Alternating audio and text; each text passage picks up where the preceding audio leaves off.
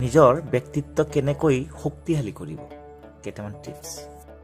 কাৰো সৈতে কথা পাতোতে সদায় প্ৰফেশ্যনেল হিচাপে বহি ল'ব। সন্মুখত যিয়ে নহওক কিয় সদায় কম কথা ক'ব।